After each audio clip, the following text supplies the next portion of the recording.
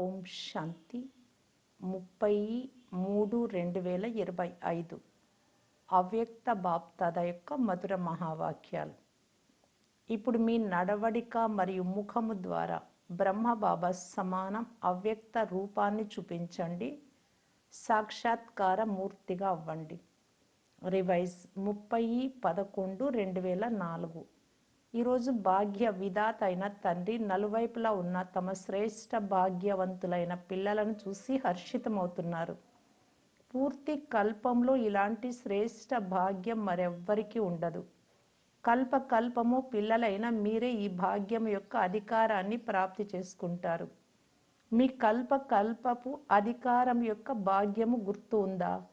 ఈ భాగ్యం సర్వశ్రేష్ఠ భాగ్యం. ఎందుకంటే స్వయం భాగ్య విధాతయే ఈ శ్రేష్ఠ భాగ్యం యొక్క దివ్య జన్మను పిల్లలైన మీకు ఇచ్చారు. ఎవరి జన్మయే భాగ్య విధాత ద్వారా జరిగిందో అంతకంటే శ్రేష్ఠ భాగ్యం ఇంకేది ఉండనే ఉండదు. మీ భాగ్యం యొక్క నష స్మృతిలో ఉంటుందా?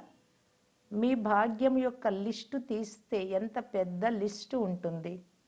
బ్రాహ్మణులైన మీ భాగ్యశాలి జీవితంలో అప్రాప్తి వస్తువు ఏదీ లేదు. అందరి మనస్సులో మీ భాగ్యం యొక్క లిస్టు స్మృతిలోకి వచ్చేసిందా? స్మృతిలోకి తీసుకురండి, గుర్తు చేసుకోండి. స్మృతిలోకి వచ్చేసిందా? మీ హృదయం ఏ పాట పాడుతుంది? వాహ్ భాగ్య విధాత, వాహ్ నా భాగ్యం. ఈ శ్రేష్ఠ భాగ్యం యొక్క విశేషత ఏమంటే ఒక్క భగవంతుడి ద్వారా 3 సంబంధాలు ప్రాప్తి ఉంది. ఒక్కరి ద్వారా ఒక్కరిలో 3 సంబంధాలు. జీవితంలో ఏవైతే విశేష సంబంధాలు అనే గాయనం ఉందో, తండ్రి, శిక్షకుడు, సద్గురువు ఇలా ఎవ్వరికీ కూడా ఒక్కరి ద్వారా 3 విశేష సంబంధాలు మరియు ప్రాప్తి ఉండదు. బాబా మాకు తండ్రి కూడా, శిక్షకుడు కూడా, సద్గురువు కూడా అని మీరు నషాతో చెప్తారు. తండ్రి ద్వారా సర్వ ఖజానాల గని ప్రాప్తించింది. ఖజానాల లిస్టు కూడా స్మృతిలోకి వచ్చిందా? తండ్రి ద్వారా ఏ ఏ ఖజానాలు లభించాయో స్మృతిలోకి తీసుకురండి. లభించాయా లేక లభించాలా? ఏమంటారు? మీరు బాలకుల నుండి మాలికులుగా ఉండనే ఉన్నారు. శిక్షకుని ద్వారా లభించే శిక్షణ ద్వారా శ్రేష్ఠ పదవి లభించింది. మామూలుగా ప్రపంచంలో కూడా రాజ్య పదవి అన్నిటికంటే శ్రేష్టమైన పదవి అనే మహిమ ఉంది. మీరైతే డబల్ రాజులుగా అయిపోయారు. వర్తమానంలో స్వరాజ్య అధికారులు మరియు భవిష్యత్తులో అనేక జన్మల రాజ్య పదవికి అధికారులు. చదువేమో ఒక జన్మది, ఇప్పుడు అది కూడా చిన్న జన్మ, కానీ పదవి యొక్క ప్రాప్తి అనేక జన్మలకు. ఆ రాజ్యం కూడా అఖండంగా, స్థిరంగా, నిర్విఘ్న రాజ్యంగా ఉంటుంది. ఇప్పుడు కూడా మీరు స్వరాజ్య అధికారి, నిశ్చింత చక్రవర్తులుగా అయ్యారా? ఎవరైతే నిశ్చింతగా ఉన్నారో వారు చేతులెత్తండి. నిశ్చింతగా ఉన్నారా? కొద్దిగా కూడా చింత లేదా? ఎప్పుడైనా ఏదైనా తోలు బొమ్మలాటం ఎదురుగా వచ్చినప్పుడు చింత కలుగుతుందా? మాయ యొక్క తోలు బొమ్మలాట ఎదురుగా వస్తే చింత వస్తుందా లేక రాదా? అప్పుడు కొద్దిగా చింత కలుగుతుందా కలగదా? కొద్దిగా చింతన నడుస్తుందా లేక నడవదా? శ్రేష్ఠ భాగ్యం ఇప్పటి నుండే చింతలేని చక్రవర్తిగా తయారు చేస్తుంది. ఈ కొద్దో గొప్ప విషయాలు ఏవైతే వస్తాయో అవి ఇంకా ముందు కోసం మిమ్మల్ని అనుభవీలుగా, పరిపక్వంగా తయారు చేస్తాయి. ఇప్పుడైతే అందరూ ఈ భిన్న భిన్న విషయాల అనుభవీలుగా అయిపోయారు కదా, భయపడరు కదా. విశ్రాంతిగా సాక్షి స్థితి అనే సీటుపై కూర్చొని ఈ తోలు బొమ్మలాటను చూడండి, కార్టూన్ షో చూడండి. ఇంకేమీ లేదు, కేవలం కార్టూన్ షో. ఇప్పుడైతే శక్తిశాలిగా అయిపోయారు. ఇప్పుడు శక్తిశాలిగా ఉన్నారా లేకుంటే అప్పుడప్పుడు భయపడతారా? అది కాగితపు సింహంగా అయి వస్తుంది. అవ్వడానికేమో కాగితమే, కానీ సింహంగా అయి వస్తుంది.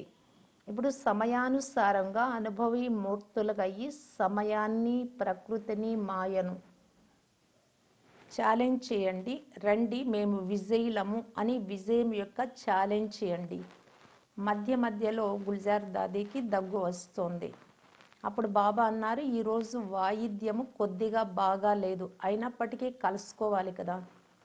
బాప్ తాత వద్దకు 2 గ్రూపులు మాటి మాటికి వస్తాయి. ఎందుకు వస్తాయి? 2 గ్రూపులు బాప్ తాతతో మేము తయారుగా ఉన్నాము అని చెప్తాయి. ఒకటి సమయము, ప్రకృతి మరియు మాయ.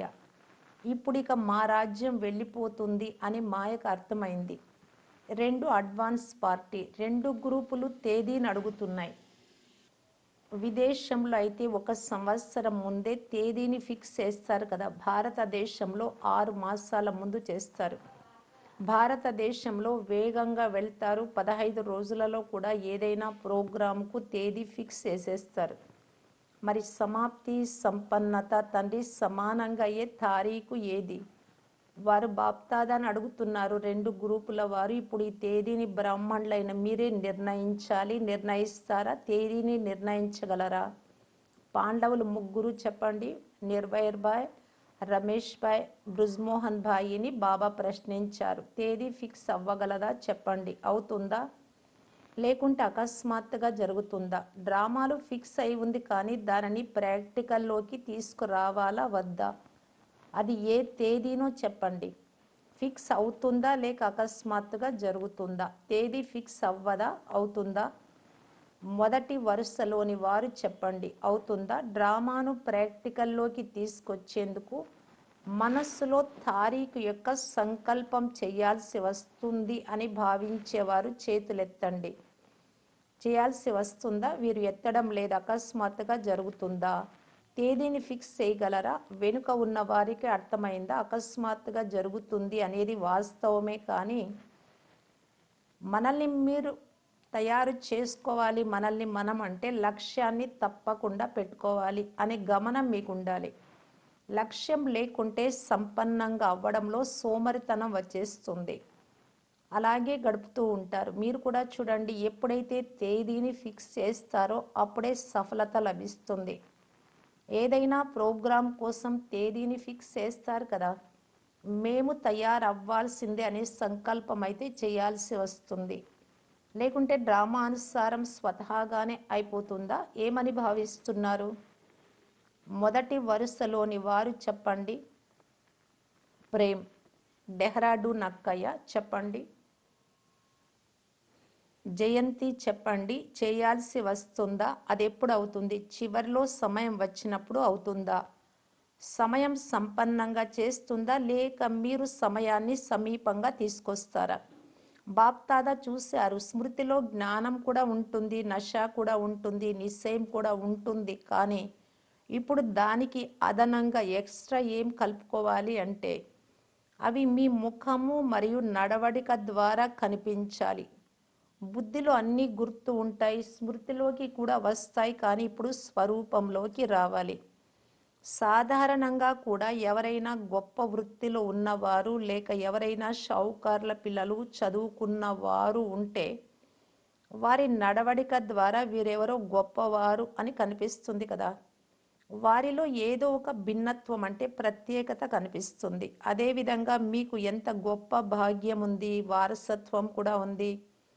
తండ్రి ఎంత గొప్పవారు, చదువు మరియు పదవి కూడా ఉంది, స్వరాజ్యం అయితే ఇప్పుడు కూడా ఉంది కదా. ప్రాప్తులు కూడా అన్నీ ఉన్నాయి. కానీ ముఖము మరియు నడవడిక ద్వారా భాగ్య నక్షత్రం మస్తకంలో మెరుస్తూ కనిపించాలి. ఇప్పుడు దీనిని యాడ్ చేసుకోండి, కలుపుకోండి. ఇప్పుడు జనులకు భాగ్యశాలి ఆత్మలైన మీ ద్వారా వీరు మా ఇష్ట దేవీలు, ఇష్ట దేవతలు, వీరు మావారు అని అనుభవం అవుతుంది. అవ్వాలి కాదు, అవుతుంది. ఎలాగైతే బ్రహ్మబాబాను చూశారు కదా. సాధారణ తనువులో ఉంటున్న ఆది సమయంలో కూడా బ్రహ్మబాబాలో శ్రీకృష్ణుడు కనిపించేవారు. ఆదిలో ఉన్న వారికి అనుభవం ఉంది దాదీలకు. ఎలాగైతే ఆదిలో బ్రహ్మబాబా ద్వారా కృష్ణుడు కనిపించేవారు, అలాగే చివరిలో ఏం కనిపించేది?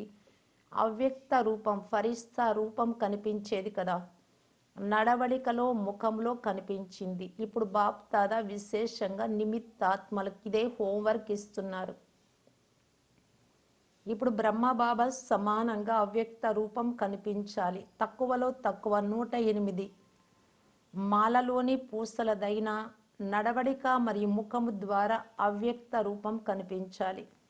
బాప్దాదాకు పేర్లు అవసరం లేదు. 108లో ఎవరు ఉన్నారు అని పేర్లు చెప్పరు, కానీ వారి నడవడిక మరియు ముఖం స్వతహాగానే ప్రత్యక్షం అవ్వాలి.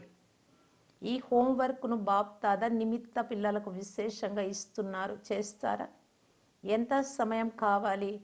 మేము వెనుక వచ్చాము అని అనుకోకండి. ఇది సమయం యొక్క విషయం కాదు. మేము వచ్చి కొన్ని సంవత్సరాలే అయ్యింది అని కొందరు అనుకుంటారు. ఎవరైనా సరే చివరిలో వచ్చినా ఫాస్ట్గా వెళ్ళి ఫస్ట్లో రావచ్చు. ఇది కూడా మీకు బాప్దాదా యొక్క ఛాలెంజ్. ఎవరైనా చేయవచ్చు. చివరిలో వచ్చిన వారు కూడా చేయవచ్చు. కేవలం చేయాల్సిందే, అవ్వాల్సిందే అనే లక్ష్యాన్ని పక్కాగా ఉంచుకోండి. డబల్ విదేశీయులు చేతులెత్తండి. డబల్ విదేశీయులు ఏం చేస్తారు? డబల్ ఛాన్స్ తీసుకుంటారు కదా. బాప్దాదా పేరు ప్రకటించరు, కానీ వారి ముఖమే చెప్తుంది. ధైర్యం ఉందా? మొదటి వరుస వారిని బాప్దాదా చూస్తున్నారు. ధైర్యం ఉందా? ధైర్యం ఉంటే చేతులెత్తండి. ధైర్యం ఉంటే వెనుక ఉన్న వారు కూడా చేతులెత్తవచ్చు. ఎవరు చేస్తారు వారే అర్జునులు. ఎవరెవరు ఏ ఏ పురుషార్థం చేస్తున్నారు అనే రిజల్ట్ చూసేందుకు 6 మాసాల సమయం ఇస్తున్నాం. 6 మాసాల రిజల్ట్ చూసిన తర్వాత ఫైనల్ చేస్తాం, సరేనా? ఎందుకంటే ఇప్పుడు సమయం యొక్క వేగం తీవ్రంగా ఉంది. రచన వేగంగా వెళ్ళరాదు, రచయిత వేగంగా ఉండాలి. ఇప్పుడు కొద్దిగా వేగాన్ని పెంచండి. ఇప్పుడు ఎగరండి. నడుస్తున్నాము అని కాదు, ఎగురుతున్నాము అని అనాలి. జవాబులైతే చాలా బాగా చెప్తారు. మేమే కదా అయ్యేది, ఇంకెవరు అవుతారు అని కూడా అంటారు. బాప్దాదా సంతోషిస్తారు, కానీ ఇప్పుడు జనులు కొంత చూడాలని అనుకుంటున్నారు. బాప్దాదాకు గుర్తు ఉంది. ఆదిలో ఎప్పుడైతే పిల్లలైన మీరు సేవకు వెళ్ళారో అప్పుడు పిల్లల ద్వారా కూడా సాక్షాత్కారాలు జరిగేవి. ఇప్పుడు సేవ మరియు స్వరూపం రెండింటి వైపు అటెన్షన్ ఉండాలి. కనుక ఏం విన్నారు? ఇప్పుడు సాక్షాత్కార మూర్తులుగా అవ్వాలి. సాక్షాత్తు మూర్తులు అనగా సాక్షాత్తు బ్రహ్మ బాబా వలె అవ్వండి. అప్పుడు సాక్షాత్కారం చేయించే మూర్తులు కాగలరు. సాక్షాత్తు మూర్తులు అంటే బ్రహ్మబాబాలాగా కావాలి. అప్పుడే సాక్షాత్కారం చేయించే మూర్తులు అవుతాం. ఈరోజు క్రొత్త క్రొత్త పిల్లలు చాలామంది వచ్చారు. స్నేహశక్తి ద్వారా అందరూ వచ్చి చేరుకున్నారు. అందువలన బాప్దాదా విశేషంగా ఎవరైతే క్రొత్త క్రొత్త పిల్లలు వచ్చారో వారికి ప్రతి ఒక్కరికి వారి పేరు సహితంగా 16 రెట్ల శుభాకాంక్షలు ఇస్తున్నారు. అంతేకాక వరదాత వరదానం కూడా ఇస్తున్నారు. సదా బ్రాహ్మణ జీవితంలో జీవిస్తూ ఉండండి, ఎగురుతూ ఉండండి, మంచిది. సేవా టర్న్ పంజాబ్ వారిది. పంజాబ్ వారు నిలబడండి, చాలా మంచిది. ఈ విధి కూడా బాగుంది. ప్రతి జోన్ వారికి అవకాశం లభిస్తుంది. ఒకటేమో యజ్ఞ సేవ ద్వారా ఒక్కొక్క అడుగులో 16 రెట్ల సంపాదన అవుతుంది. ఎందుకంటే చాలా వరకు ఏ పని చేస్తున్నా యజ్ఞ సేవ అని గుర్తు ఉంటుంది. యజ్ఞ సేవ అనే స్మృతి రావడం ద్వారా యజ్ఞ రచయిత అయిన తండ్రి స్మృతి రానే వస్తుంది. కనుక సేవలో కూడా ఎక్కువలో ఎక్కువ పుణ్య ఖాతాను జమ చేసుకుంటారు. అంతేకాక ఎవరైతే సత్యమైన పురుషార్థి పిల్లలున్నారో వారు తమ స్మృతి చార్టును సహజంగా మరియు నిరంతరంగా చేసుకోగలరు. తలంపు చేయడం ఈజీ అవుతుంది మరియు వేగవంతంగా, అంతేకాదు నిరంతరంగా చేసుకోగలరు. ఎందుకంటే ఇక్కడైతే మహారథుల సాంగత్యం ఉంది. మధుబన్లో సాంగత్యపు రంగు సహజంగానే అంటుకుంటుంది. ఆ ప్రభావం తప్పక పడుతుంది. అటెన్షన్ ఉంటే ఇక్కడ ఏదైతే 8-10 రోజుల సమయం మీకు సేవకు లభిస్తుందో అందులో చాలా మంచి ఉన్నతి చేసుకోవచ్చు. సాధారణ పద్ధతితో సేవ చేస్తే ఇంత లాభం ఉండదు, కానీ ఇక్కడ మీకు నిరంతర యోగిగా అయ్యే పుణ్య ఖాతా జమ చేసుకొని అతిపెద్ద పరివారం యొక్క నష్టాలో ఖుషీలో ఉండే అవకాశం లభించింది. ఇప్పుడు పంజాబ్ వారికి అవకాశం లభించింది. ప్రతి జోనుకు లభిస్తుంది, కానీ 3 ప్రకారాల లాభాలు తీసుకోవాలి అనే లక్ష్యం ఉంచుకోండి. ఒకటి, ఎంత పుణ్య ఖాతా జమ చేసుకున్నాము. 2, సహజ స్మృతిలో ఎంత ఉన్నతి జరిగింది. 3, పరివార స్నేహమును సమీపతను ఎంత అనుభవం చేశాము. ఈ 3 విషయాల రిజల్ట్ను ప్రతి ఒక్కరూ స్వయానికి తీసుకోవాలి. డ్రామాలో అవకాశం అయితే లభిస్తుంది, కానీ ఛాన్స్ తీసుకునే ఛాన్స్లర్గా అవ్వండి. పంజాబ్ వారు తెలివైన వారు కదా, మంచి సంఖ్యలో కూడా వచ్చారు. సేవ కూడా విశాల హృదయంతో లభించింది. సంఖ్య కూడా మంచిగా వచ్చారు. సంఘటన బాగుంది, మంచిది. ఈరోజు మీటింగుకు గ్రామ వికాస విభాగము, మహిళా విభాగం 2 విభాగాల వారు వచ్చారు. మహిళా విభాగం వారు నిలబడండి. ఇందులో మెజారిటీ టీచర్లు ఉన్నారా? టీచర్లు చేతులెత్తండి. మంచి అవకాశం. సేవకు సేవ అవుతుంది. సేవకు ముందు మేవా కూడా అవుతుంది. సంఘటనను మరియు తండ్రిని కలుసుకునే మజాను తీసుకోవడం అనగా సేవ మరియు మేవా ప్రాప్తులు 2 లభించినట్లే కదా. ఇప్పుడు ఏదైనా క్రొత్త ప్లాన్ తయారు చేశారా? మహిళా వర్గం కానీ ఏ వర్గమైనా కానీ ఏవైతే గ్రూపులు తయారై ఉన్నాయో ఆ ప్రతి వర్గం వారు విశేషంగా ప్రాక్టికల్ నడవడిక మరియు ముఖంలో ఏదో ఒక గుణము లేక శక్తిని తీసుకురావాలి అనే సంకల్పం చేయండి. మహిళా గ్రూపుకు చెందిన మేము ఈ గుణాన్ని లేక శక్తిని ప్రాక్టికల్గా ప్రత్యక్ష రూపంలోకి తీసుకొస్తాము. ఇలా ప్రతి గ్రూపు వారు ఏదో ఒక దానిని మీకోసం విశేషంగా ఫిక్స్ చేసుకోండి. తర్వాత ఎలాగైతే సర్వీస్ యొక్క రిజల్ట్ నోట్ చేసుకుంటారు కదా, అలా పరస్పరంలో దీనిని కూడా చెక్ చేసుకుంటూ ఉండండి. మొదట మీరు చేసి చూపించండి. మహిళా వర్గం వారు చేసి చూపించండి, సరేనా? ప్రతి వర్గం వారు తమ కోసం ఏదో ఒక ప్లాన్ తయారు చేసుకోండి. అంతేకాక ఈ సమయం లోపల ఇంత శాతము ప్రాక్టికల్లోకి తీసుకురావాలి అనే సమయాన్ని ఫిక్స్ చేసుకోండి. అప్పుడు ముఖము మరియు నడవడికలో తీసుకురావాలి అని బాప్దాదా ఏదైతే కోరుకుంటున్నారో అది వచ్చేస్తుంది. ఈ ప్లాన్ తయారు చేసి బాప్దాదాకి ఇవ్వండి. ప్రతి వర్గం వారు ఏం చేస్తారు?